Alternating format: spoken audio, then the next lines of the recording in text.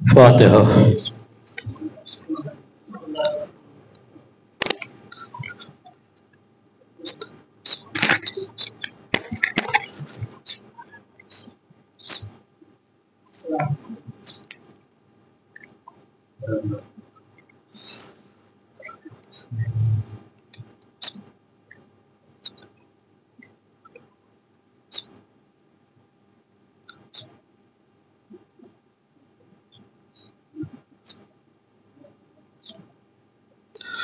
لا حول ولا قوة الا باللہ العلی العظیم۔ اعوذ باللہ من الشیطان الرجیم، بسم اللہ الرحمن الرحیم۔ الحمدللہ الذی ہدانا لہذا وما کنا لنہتدی لولا ان ہدانا اللہ لقد جاءت رسل ربنا بالحق۔ الصلاة والسلام على اشرف الانبیاء والمرسلین مولانا و مولا الثقلین جد الحسن والحسین ابی القاسم محمد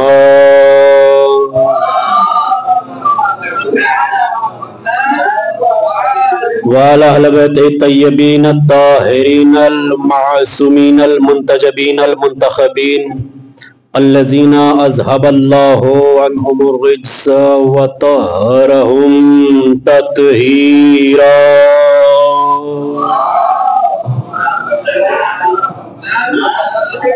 ولعنت اللہ علی اعدائہم اجمعین وقتلتہم وغاصب حقوقہم ومنکر فضائلہم ومصائبہم وشجاعتہم وطہارتہم وولایتہم وعطشہم اجمعین۔ بسم اللہ الرحمن الرحیم۔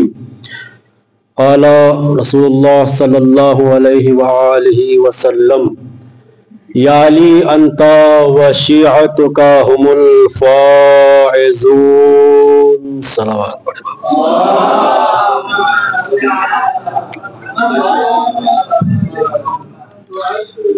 اولاً آپ حضرات سے گزارش ہے کہ ایک مرتبہ سورہ حمد، 3 مرتبہ سورہ اخلاص کی تلاوت فرما کر رباب میگجی فیملی کے مرحومین، کنیز چاند فیملی کے مرحومین، یاسمین بن علی کے اور ان کے فیملی کے مرحومین، احمد رسول فیملی کے تمام مرحومین، بن علی اور کریم راوجی فیملی کے تمام مرحومین کی ارواح کو ایصال فرما دیں۔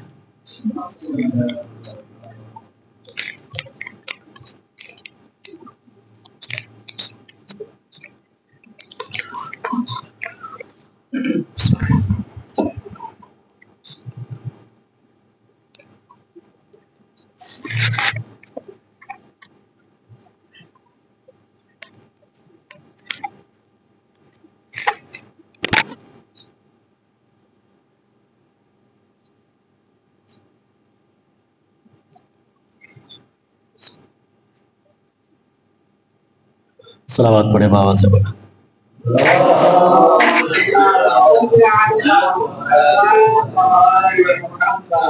عزیزان محترم، معزز سامعین حضرات، کرم ہے حضرات چاردہ معصومین علیہ السلام کا، اور خصوصی صدقہ ہے شہزادی کونین مادر حسنین بنت جناب رسول الثقلین صدیقہ طاہرہ راضیہ مرضیہ بطول عذرہ انسیہ ہورا، یعنی جناب فاطمہ زہرا سلام اللہ علیہ۔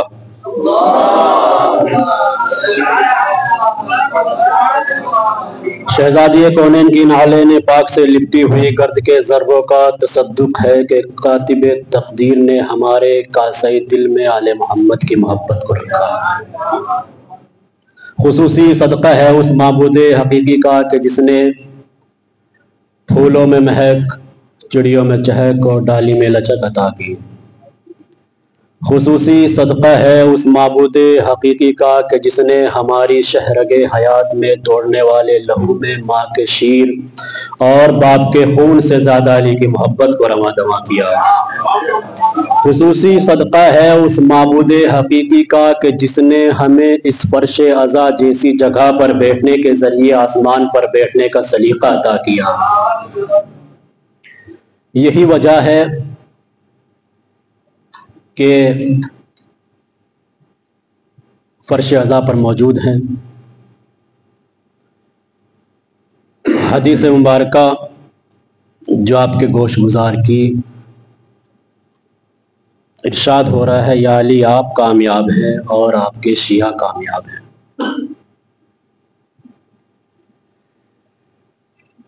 دیکھیے،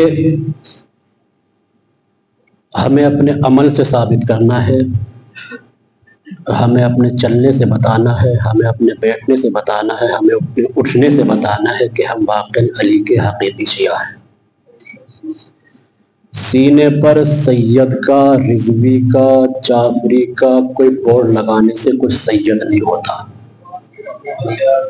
عمل سے ثابت ہوتا ہے کہ یہ واقعی کہ جس گلی سے گزرے، جس شارے سے گزرے، جس بستی سے گزرے، کہ یہ علی کا وفادار سپاہی جا رہا ہے۔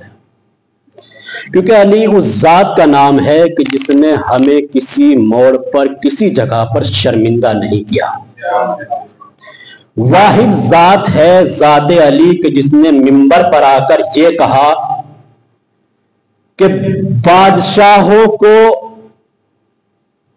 لوگوں نے برا کہا ان کے ظلم کی وجہ سے، ان کے دشمن ہوئے بادشاہوں کے لوگ ان کے ظلم کی وجہ سے۔ علی کی ذات وہ ذات ہے کہ جس کی دشمن ان کی عدالت کی وجہ سے ہوئی ہے۔ اسی لیے امیر کائنات نے فرمایا کہ شدت عدالت کی بنا پر امیر کائنات کو قتل کیا گیا۔ کتنا بڑا کریم تھا میرا مولا، کتنا بڑا عادل۔ اسی امیر کائنات نے فرمایا کمیل میں خدا تو نہیں ہوں لیکن مظہر خدا ہوں۔ کیا مطلب؟ 2-4 منٹ تبھی سن لے، اس کے بعد گفتگو آگے بڑھ جائے گی۔ کمیل میں خدا نہیں ہوں لیکن مظہر خدا ہوں۔ کیا مطلب؟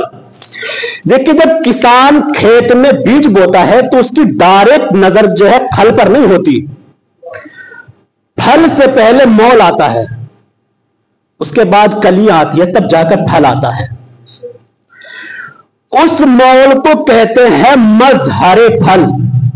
پھل تو نہیں ہے لیکن مظہر پھل ہے، جو آنے کے بعد بتائے گا کہ میں ہوں تو پھل بھی آئے گا۔ امیر کائنات نے فرمایا میں خدا نہیں ہوں لیکن مظہر خدا ہوں۔ سنیے، امیر کائنات نکلے رزق تقسیم کرنے کے لیے، پیچھے پیچھے چلے جناب کمیل۔ مولا کیا اجازت ہے میں بھی آپ کے ساتھ چلوں؟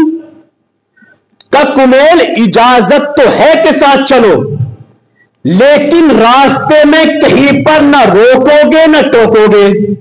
اللہ اکبر، سنتے جائیے، نہ روکو گے نہ ٹوکو گے۔ کہ ٹھیک ہے مولا۔ کچھ دور چلے، امیر کائنات نے کچھ روٹیاں نکالی، کچھ اناج نکالا اور ایک دروازے پر جا کر رکھ دیا۔ کمیل سے رہا نہ گیا، فوراً بول اٹھے مولا یہ تو آپ کو براہ راست برا بھلا کہتا ہے، آپ اسے بھی روٹیاں دے رہے ہیں، آپ اس کے دروازے پر بھی اناج رکھ رہے ہیں۔ کہ کمیل پہلی شرط کیا تھی؟ نہ روکو گے نہ ٹوکو گے۔ پھر بولے، کہ مولا ٹھیک ہے اب کی بات نہیں بولیں گے۔ پھر چل دیے، ایک دروازے پر جا کر پھر رکے، پھر مولا نے اناج نکالا، روٹیاں نکالی، دروازے پر رکھ دی۔ کمیل سے پھر نہیں رہا گیا، پھر بول اٹھے مولا یہ تو وہ ہے کہ جو خود ہی نہیں برا کہتا بلکہ دوسروں سے بھی کہلواتا ہے۔ کہ کمیل کیا شرط تھی؟ نہ روکو گے نہ ٹوکو گے۔ کمیل جاؤ، واپس چلے جاؤ، ہم نے کہا تھا نا نہ روکو گے نہ ٹوکو گے، تم پھر بول رہے ہو، جاؤ واپس جاؤ۔ کمیل نے کہا مولا اب کی بار اور معافی، اب نہیں بولیں گے۔ پھر کچھ دور چلے، پھر مولا نے وہی روٹیاں نکال کر رکھی، اناج رکھا۔ کمیل سے پھر نہیں رہا گیا، مولا یہ بھی آپ کو برا بھلا کہتا ہے، آپ اسے ابھی رزق دے رہے ہیں۔ کمیل میں نے کہا تھا نہ روکو گے نہ ٹوکو گے، لیکن تم نے 3 بار روک بھی دیا ٹوک بھی دیا۔ لیکن کمیل یاد رکھنا، علی کی ذات وہ ہے کہ جو خدا تو نہیں ہے لیکن مظہر خدا